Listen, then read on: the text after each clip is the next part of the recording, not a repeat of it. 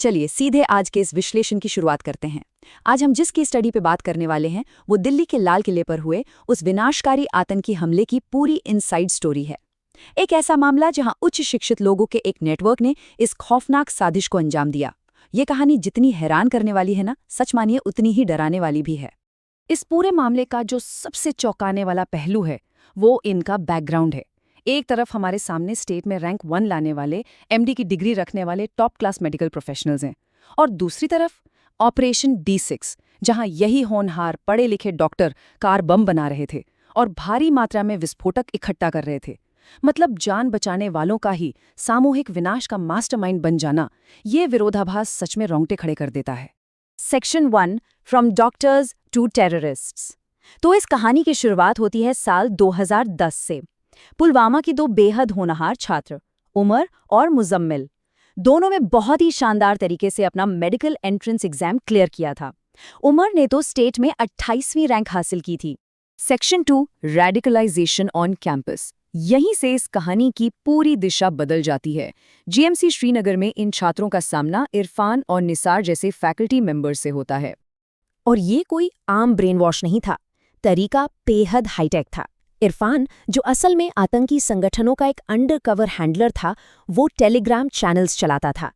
इन encrypted channels के जरिए लगातार सिस्टमैटिक तरीके से भारत विरोधी प्रोपेगेंडा वीडियो शेयर किए जाते थे। मकसद बिल्कुल साफ था, वहां पढ़ने वाले मेडिकल और इंजीनियरिंग के युवा छात्रों के दिमाग में जहर घोलना। Section 3, the university connection. दिसंबर 2021 आते आते उमर, मुजम्मिल और उनके कुछ साथी कश्मीर से निकलकर हरियाणा की अल फलाह यूनिवर्सिटी शिफ्ट हो जाते हैं, वो भी बिना किसी ज़रूरी एनओसी के।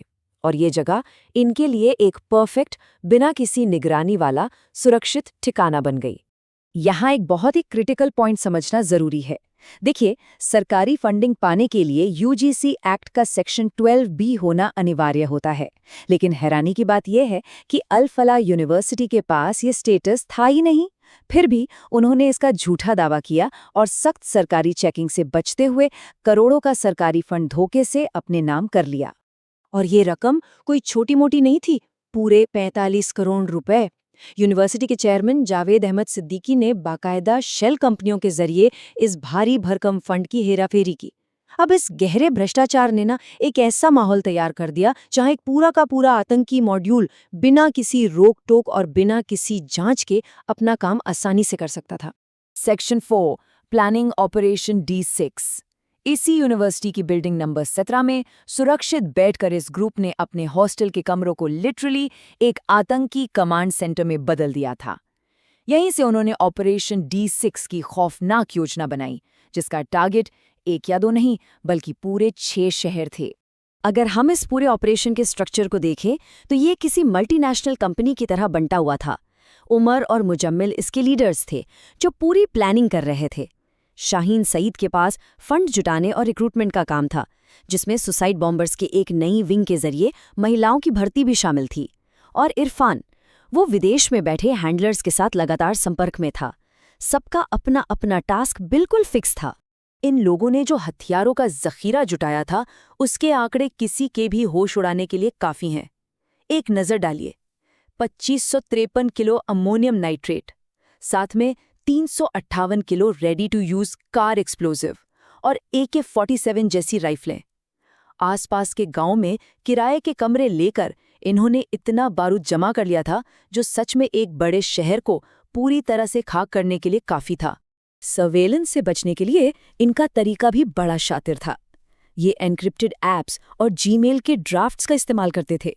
और सबसे डरावनी बात तो ये है कि अपनी खौफनाक साजिश को छुपाने के लिए इन्होंने बाकायदा मेडिकल और खाने पीने के कोड वर्ड्स बना रखे थे। जैसे अगर विस्फोटक तैयार हो गया तो मैसेज जाता था, बिरयानी इज रेडी। और जिस जगह हमला करना होता था उसे ये ऑपरेशन थिएटर कहते थे। Section 5, the fatal mistake. सालों की इस इतनी परफेक्ट प्लानिंग के बाद भी अक्टूबर 2025 में ये पूरा का पूरा नेटवर्क सिर्फ एक छोटी सी लोकल गलती की वजह से ताश के पत्तों की तरह बिखर गया। हुआ कुछ यूं कि श्रीनगर में एक धमकी भरा पोस्टर लगाया गया। पोस्टर में साफ चेतावनी थी कि कोई भी लोकल नागरिक भारतीय सेना या एजेंट्स को पनाह ना दे। बस एक बेहद alert senior superintendent of police की नज़र इस पोस्टर पर पड़ गई और यहीं से गिरफ्तारियों और जांच की वो तेज चेन शुरू हुई जिसने सब कुछ बदल कर रख दिया। ये टाइमलाइन दिखाती है कि कड़ियां कितनी तेजी से जुड़ी। 17 अक्टूबर को पोस्टर दिखा, 21 अक्टूबर को हैंडलर इरफान पकड़ा गया।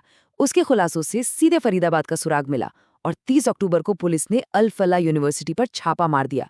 नतीजा ये हुआ कि 9 नवंबर को उमर अपने छिपे हुए ठिकाने से भागने पर मजबूर हो गया। कश्मीर के एक लोकल पोस्टर से लेकर फरीदाबाद के टेरर कमांड सेंटर तक जांच एजेंसियां बहुत तेजी से पहुंच गईं। Section 6 the Delhi blast. जैसे ही पुलिस ने कैंपस पर शिकंजा कसा, उमर एक सेकंड हैंड कार लेकर वहां से किसी तरह भाग निकला और यहीं से इस घटना का अंतिम और सबसे दर्दनाक अध्याय शुरू हुआ। पुलिस ने वो सारा बड़ा विस्फोटक तो जब्त कर लिया था, लेकिन उमर वो भागकर एक छोटे से 10 बाय 14 फीट के कमरे में छिप गया। वहां वो पूरे 9 दिन तक बेहद बुरी हालत में रहा, कमरे से बाहर नहीं निकला और अपने पूरे नेटवर्क से उसका संपर्क एकदम कट चुका था। उमर का वो आखिरी सफ़र बहुत ही खौफनाक है। 9 नवंबर की रात वो अपने उस ठिकाने से निकलता है, रात भर एक्सप्रेसवे पर कार चलाते हुए दिल्ली पहुंचता है और फिर लाल किले की पार्किंग में पूरे 3 घंटे तक बैठकर वो उसी कार के अंदर एक बम असेंबल करता है। और फिर 9 नवंबर 2025 की शाम 6:52 पर लाल किले के पास वो जोरदार धमाका होता है। इस बेहद दुखद घटना में 15 मासूम लोगों की जान चली गई और 20 से ज्यादा लोग गंभीर रूप से घायल हो गए।